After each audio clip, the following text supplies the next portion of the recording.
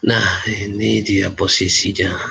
Dia ada defisit penjualan. Nah, seperti ini. Jurnal penyesuaiannya. Ini untuk barang bahan baku. Ya kan? Ini untuk barang setengah jadi.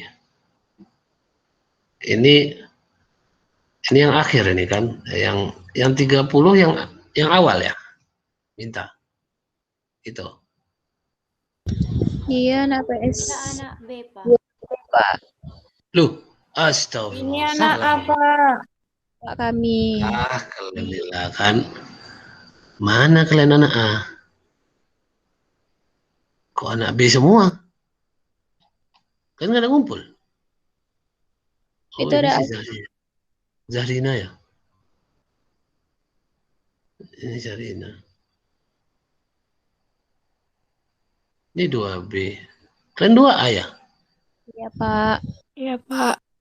Nggak ada yang ngumpul kan berarti? Ini Nurdiana Firzana. Coba kita lihat.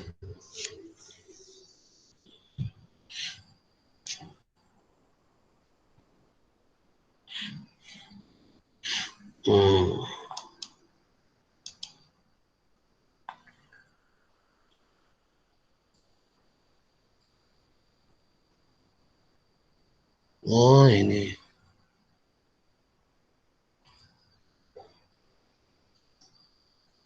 Oh, gini jadinya. Ya. Ya di sininya ya biaya penyusutan juga ya nanti ya. Nurdiana. Ini biaya penyusutan bangunan. Biaya penyusutan bangunan garis fabrikasi, biaya penyusutan bangunan garis miring penjualan, biaya penyusutan bangunan garis miring administrasi umum. Baru akumulasinya. Ini kreditnya kok nggak ada ya? Apa terhapus?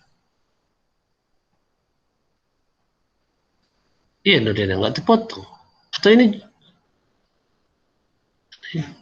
mana ceritanya nih? Mana kreditnya? Oh, terpotong nih kreditnya. Di mana dia kreditnya? Oh, kreditnya.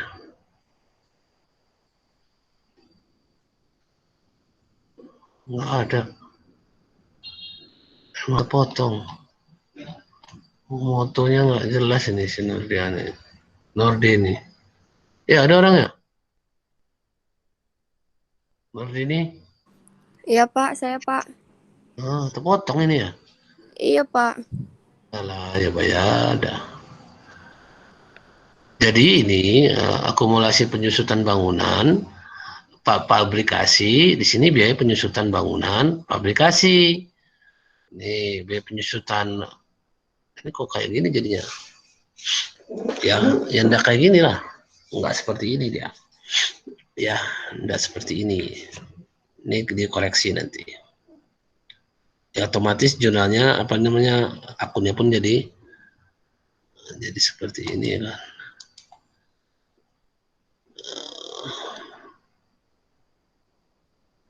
Akumulasinya satu-satu. Ikhtisarnya mana?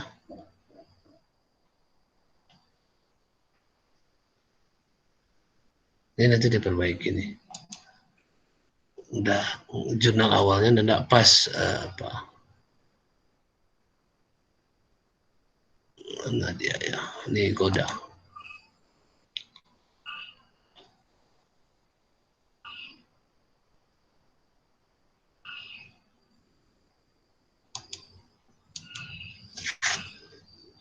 Ikhtisar harga pokok produksi, persediaan bahan baku.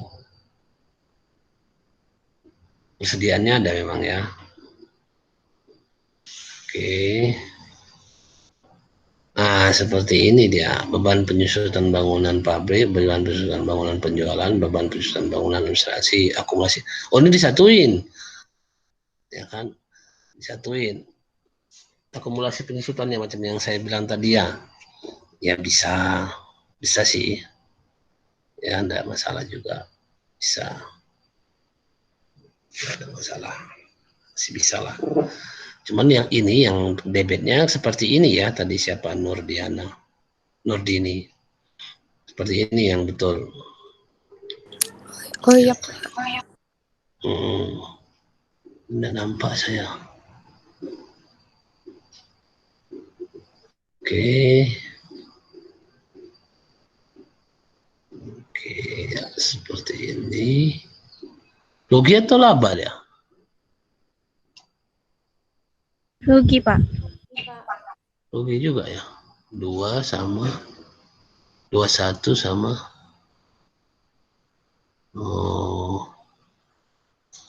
bertambahlah ruginya. Ya, defisitnya ya. Mana dia? Laba rugi 38.000 katanya. Di sini defisit. Oh, dijumlahkan aja ini ya, defisit sama ruginya nanti lain kali ya, minta itu. Defisit sama ruginya itu satukan aja. Kan karena rugi kan nggak ada akunnya. Ya kan? Dia masuk ke defisitnya. Defisit akun. Kan gitu. Ya, lebih kurang seperti minta itu, ini udah lumayan. Ya kan, udah bagus lah. Cuman tulisannya nyanyi saya ini si minta itu. Buru-buru kayaknya. Ini ada Punya tipek lah. Goda itu. Punya Goda, Pak. Pak. Punya Goda ya? Oh, punya Goda tadi. Oh ya ya ya ya ya ya. Punya Goda. Iya, Goda ini. Oh iya si Goda. Ini ada tipek Goda. Janganlah ada lagi tipek di antara kita. Ya kan, buang tipek itu kalau udah lagi pelajaran akuntansi. Kalau lagi pelajaran akuntansi, buang itu tipek itu. Jangan dekat-dekat lain lah. Ya kan, nggak boleh. Ya, itu komitmen kita ya, komitmen kita orang akuntansi itu seperti itu. Ya, kita jadi kita tidak ada tipex sehingga tidak menjadi tanda tanya, kan gitu kondisinya seperti apa. Oke, nggak ada yang cuma berapa biji lah ini kalian yang ngirim ini. Ini pun minum tadi pagi, ya kan, baru siap subuh, apa tadi baru dikirim. Nah, ini kalian meleset 2 B yang malah banyak. Sebelumnya nggak ada nih. Ya itulah kalian ya kan. Ya tersaring sendirinya. Kalau saya sih enggak gitu-gitu kali sekarang, apalagi daring ini ya, mau kalian kerjain dan mau kalian kerjain ya terserah ya kan, toh memang itu manfaatnya di kalian, karena saya bilang dari awal pun yang memang betul-betul tersaring ini, betul-betul mau belajar dia akan belajar, kalau yang enggak belajar dia akan tertinggal ya. Memang metode daring ini memang seperti itu. Kalaupun nanti kita di Juli ketemu ya syukurlah kan itu ya, bisa jadi kita lebih baik lagi. Baik, itu untuk perusahaan industri. Kalau mau latihannya sekali lagi nanti kita paling nanti di tes 1 itu nanti saya masukkan ke tes 1 aja nanti untuk perusahaan manufaktur ya, nanti kalian kerjakan aja tema, karena kalau yang laporan akuntansi syariah yang kita kemarin itu kan hanya internal kita saja ya, tidak bisa diujikan karena memang nggak bisa, nanti tidak diakui, nanti bagus kali kita ujiannya materinya perusahaan industri ini aja. Oke, ada lagi yang mau ditanyakan terkait soal Garuda ini? Saya kira sih si Goda tadi ya, Goda itu udah lumayan, udah bisa lah ya. Goda udah bisa, nanti bisa komunikasi sama Goda seperti apa. Kalau sudah tahu itu jangan pelit-pelit ya. Oh iya, kalian ini 2A ya, coba saya lihat kayaknya kalian yang ada konflik dulu ya.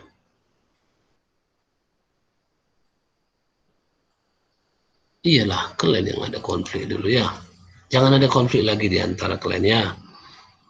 Kalau ada yang belum bayar utang ya kan, jangan ada konflik kayak gitu ya kan, karena kalian bakal lama maka lama bersama. Dan satu, dan yang kedua, ingat saya bilang, kawan-kawan sekarang inilah yang menjadi ibaratnya mercusuar. Kalau kamu bikin masalah di sini, maka akan menjadi masalah di kedepannya. Ya, jadi lebih kejam itu istilahnya informasi mulut ke mulut itu, ya, dibandingkan dengan infotainment. Dibandingkan dengan infotainment lebih keras dia. Jadi kalau kamu sudah kena labeling nggak baik sama teman-teman, apalagi mayoritas ya. Kalau satu oke lah, ada sentimen aja. Tapi kalau udah mayoritas udah nggak senang, berarti kan ada masalah di kamunya yang diperbaiki. Jangan orang yang disuruh kamu menyesuaikan dengan kamu, ya. Jangan orang disuruh menyesuaikan dengan kamunya yang menyesuaikan diri. Apalagi sudah banyak, gitu ya. Jadi kalau ada masalah, ya saya tidak mau ketemu lagi nanti masalah itu muncul adu-ngadu lagi sama saya. Itu udah urusan saya. Urusan saya adalah kamu kasih tugas kumpul, urusannya kayak mana sama sesama kalian itu urusan kalian. Kalian udah besar. Kalian bukan anak-anak lagi, bukan anak pun bisa kalian. Jadi nggak udah urusan saya itu kalau yang kayak gitu. Silakan dikomunikasikan dengan baik, pakai akhlakul karimah, semuanya udah ada agamanya, kayaknya semua agamanya Islam di sini, ya kan? Jadi semuanya agamanya Islam, jadi jangan kira kamu hidup terus selamanya. Kalau mati misalnya ada utang, ingat ya, utang itu yang dibawa terus ya. Jangan disangka kalau udah utang mati terus selesai, enggak. Dalam Islam utang itu agak-agak kejam sedikit. Dia terbawa terus, ya. Kalau nggak diselesaikan sama ahli warisnya, ya kalau ahli warisnya tahu. Kalau ahli warisnya nggak tahu, kan kamu yang dipukuli di sana, ya kan, kamu yang dihajar sama malaikat, disiksa. Dan masalah nanti kamu cari-cari lagi, kamu nanti yang berhutang itu kamu di akhirat untuk dibayar. Nah sekarang di sana uang nggak laku, kamu bayar pakai apa? Bayar pakai amal lah. Udahlah sedikit amalnya, bayar pakai untuk bayar hutang lagi, ya kan? Apa nggak defisit nanti kita? Ya bagi yang berhutang, ingat saya masalahnya masalah hutang piutangnya ini. Ya, seingat saya kelas kalian ini masalah hutang piutang. Jadi jangan nanti yang ingat ya, yang saya mau print out ataupun hard copy itu adalah ujian ya, ujian. Jadi ujian final test sama mid test itu yang utama. Jadi jangan sampai kalian lupa. Ujian mid test sama final test kamu harus print out dan kirim ke saya. Print outnya gimana caranya, kirim saya. Itu nggak ada urusan saya kayak mana caranya. Masalah kayak mana kalian ngumpul ke si A lalu begini ya tuntaskanlah. Ya kan, janganlah jadi masalah. Nggak berkah nanti jadinya. Begitu, selesaikan masalahnya ya. Oke. Baik, selanjutnya yang kita bahas itu sebenarnya seperti yang di kita tengok dulu materinya ya, seperti yang di bahan kita kemarin.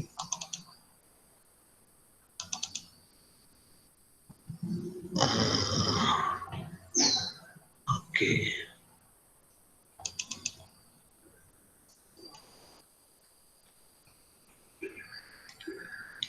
Murabahah ya. Akuntansi murabahah. Jadi setelah cerita laporan keuangan industri secara umum, laporan keuangan syariah yang saya tawarkan, kita masuk ke akuntansi murabahah. Ya, akuntansi murabahah ini sebenarnya akuntansi yang secara umum biasanya nggak ada masalah. Artinya sebentar saya tampilkan dulu.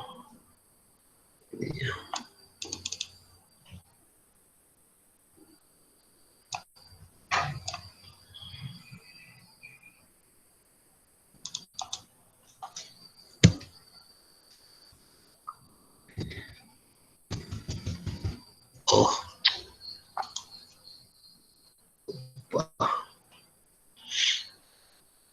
oke.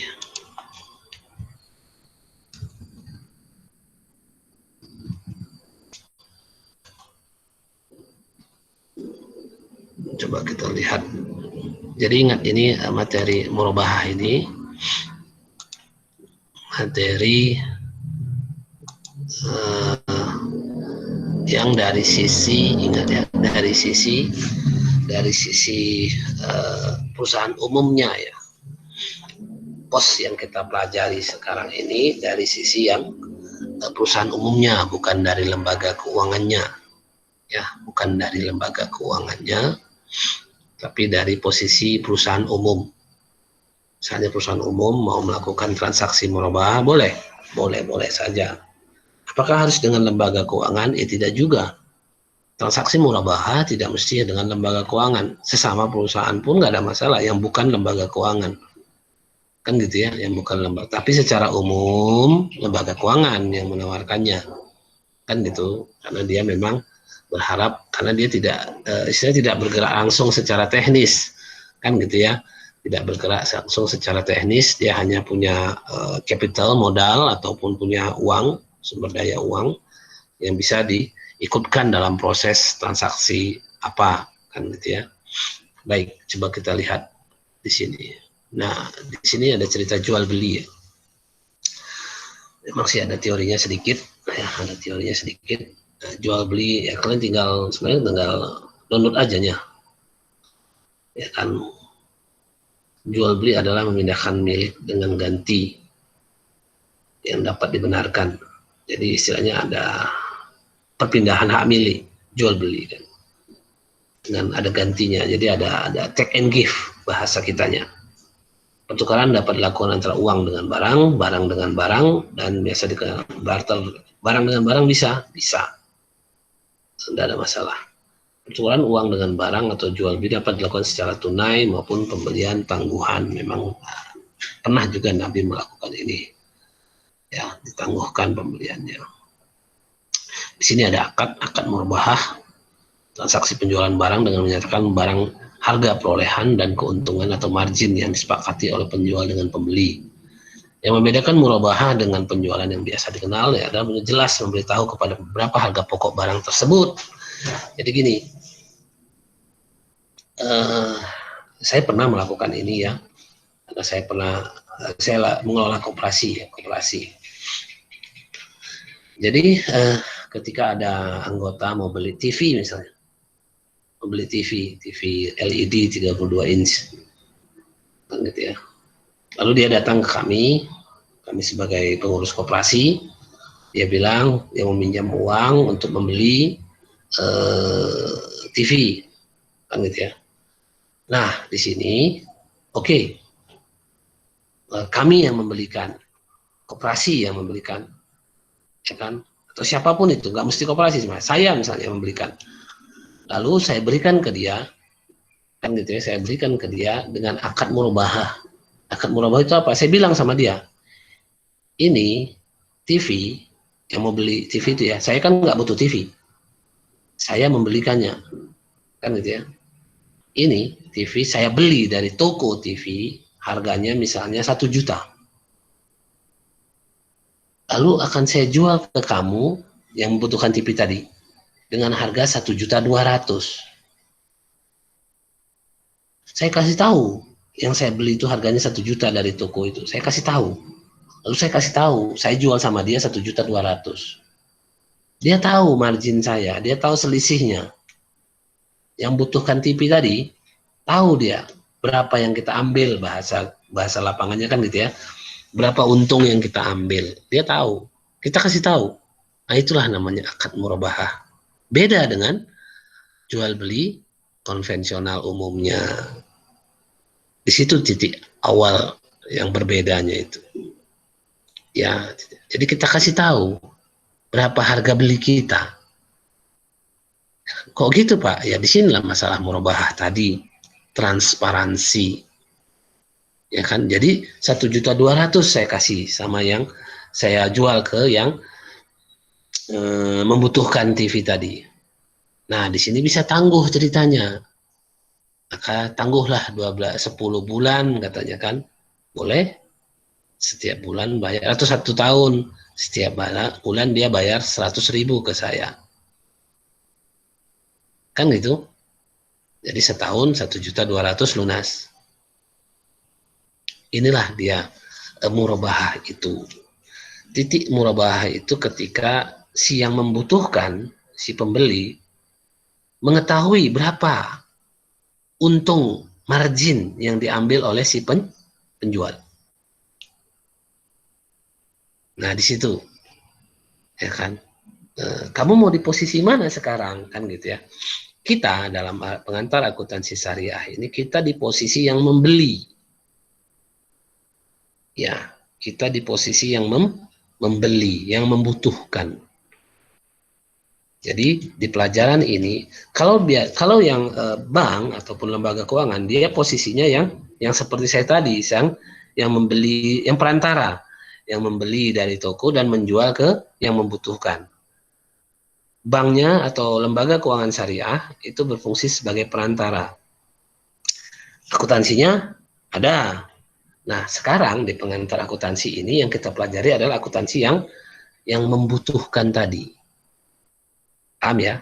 Tolong dimasukkan ke kepala kamu itu. Kan bahwa kita mencatat ataupun membuat pembukuan pihak yang membutuhkan, membeli. Ya, itu. Kalau membeli pasti ujungnya ada yang keluar uangnya, ya kan? Bagian keluar uangnya kita. Nah, yang uniknya di bagian yang bank tadi, yang agent, bank itu agen sebenarnya di sini. Agen. Agen ini kan dia membeli dulu ke toko, baru menjualnya ke yang membutuhkan. Kan gitu. Nah, transaksinya di sini beda. Dia bisa membeli dulu, dan dia menjualnya kembali. Dia keluar uang dulu, baru dia dapat uang lagi dari kita, dari yang membutuhkan. Di situ dia kondisinya. Paham di sini ya? Kalau ada yang kurang jelas kasih tahu. Ya, kalau ada yang kurang jelas, karena di sini dasarnya. Karakteristik akad murabahah itu ya tadi, proses pengadaan barang murabahah, aktiva murabahah harus dilakukan oleh penjual. Jadi pengadaan barang yang mengadakan barang itu yang menjual. Jika penjual tidak mewakilkan kepada nasabah, wakalah, maka untuk membeli barang dari pihak ketiga akan jual murabahah harus dilakukan setelah barang menjadi milik penjual. Ini dia, ada istilah wakalah. Jadi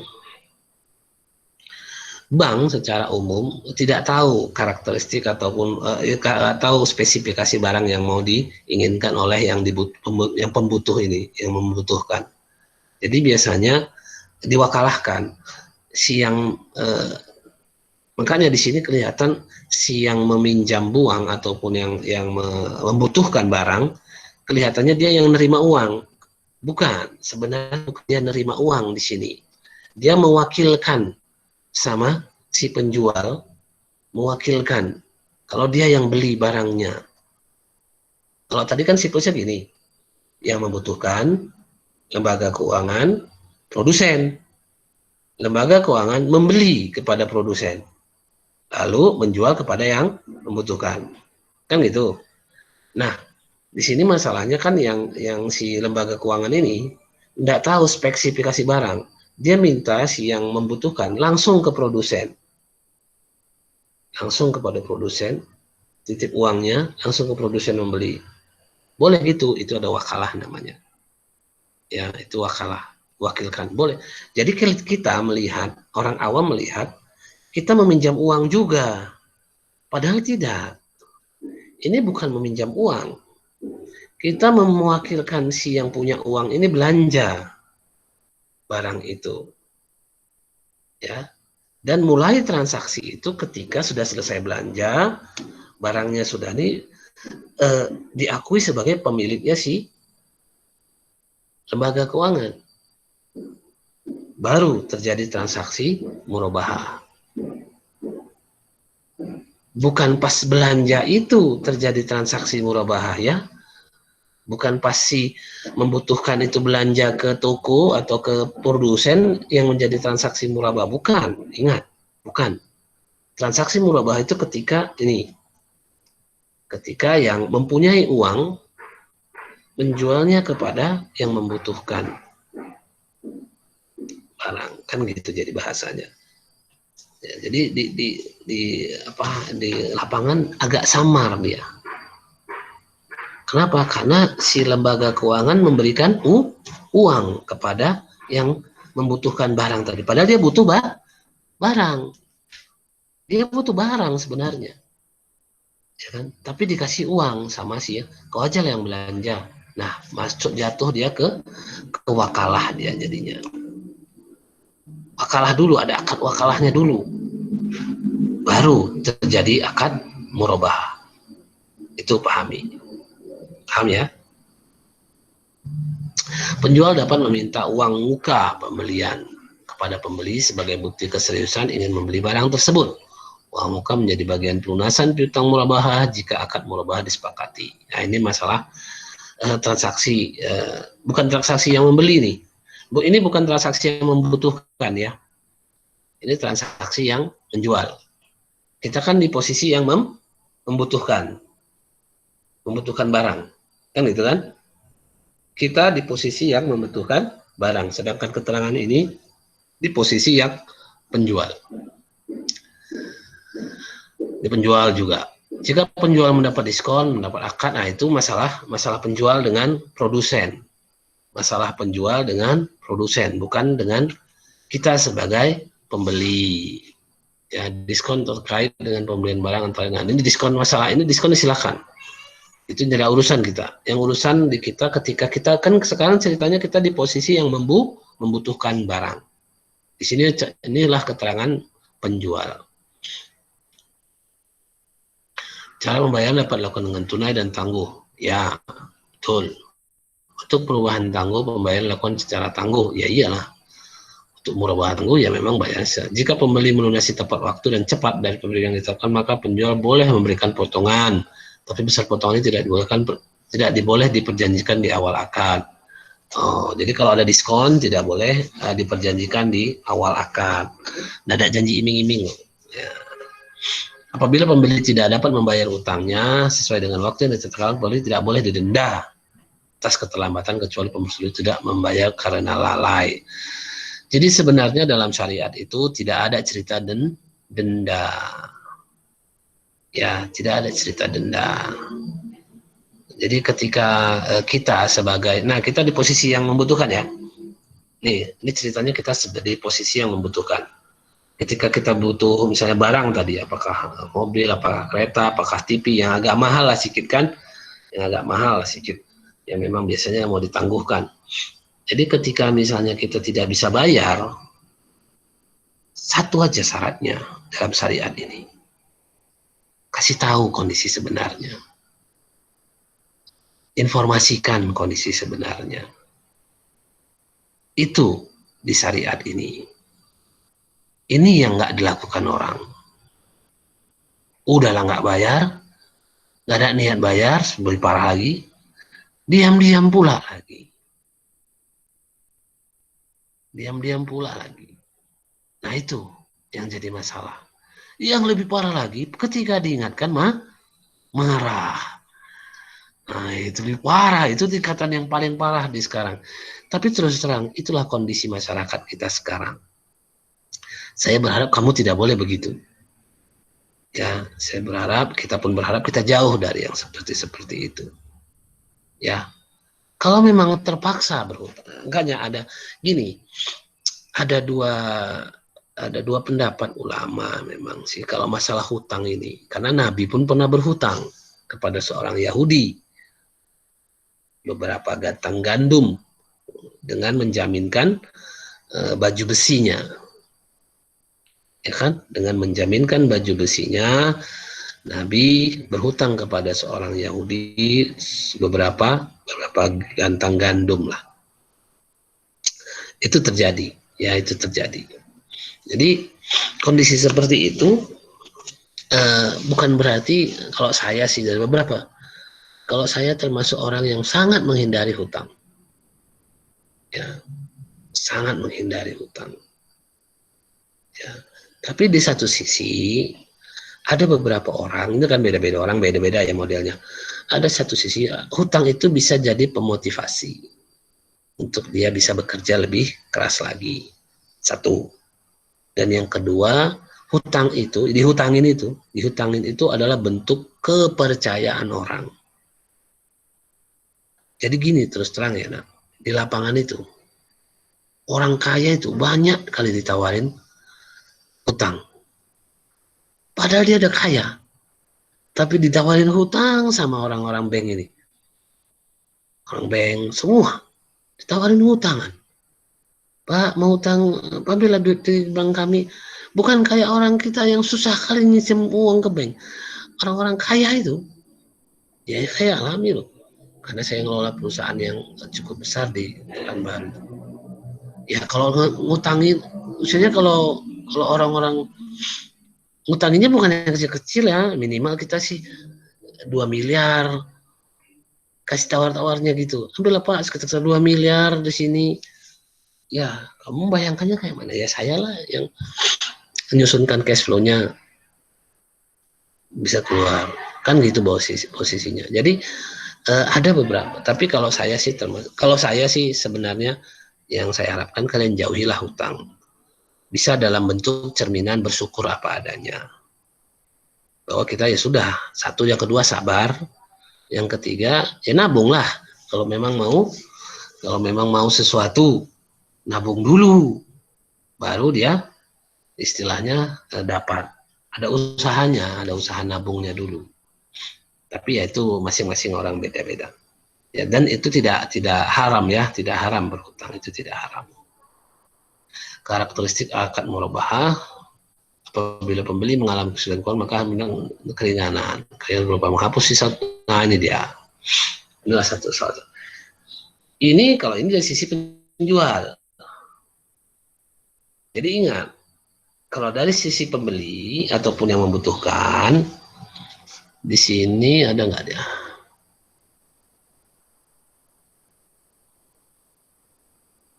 Dari sisi, di sini ada pula dari sisi yang membeli. Ada pula ditampilkannya. Satu yang saya bilang tadi kan, kalau memang tidak bisa bayar, diinformasikan alasannya. Itu aja. Yang kedua, kalau memang ada ya bayar. Karena itu maksudnya, ya kan. Kalau memang ada yang mau dibayarkan ya dibayarkan. Tidak 100%, sebahagian. Tidak sebahagian, sedikit. Jadi ada nampak niatnya untuk memang membayar. Sampai saat ini cicilan saya sebenarnya 1 juta Pak, cuman sampai saat ini saya ada cuman 300.000 dulu. Boleh ya Pak, saya komit untuk bayar cuman ini. Dah, masalah nanti si yang memberi hutangan lalu memberikan kelonggaran, ya udah tunggu 1 juta dulu. Ya sudah, itu kan lain cerita. Tapi dari sisi kita yang memang mau berhutang, kita harus bayar seberapa kita. Nah ini baru karakteristik kalau dia menjadi penjual.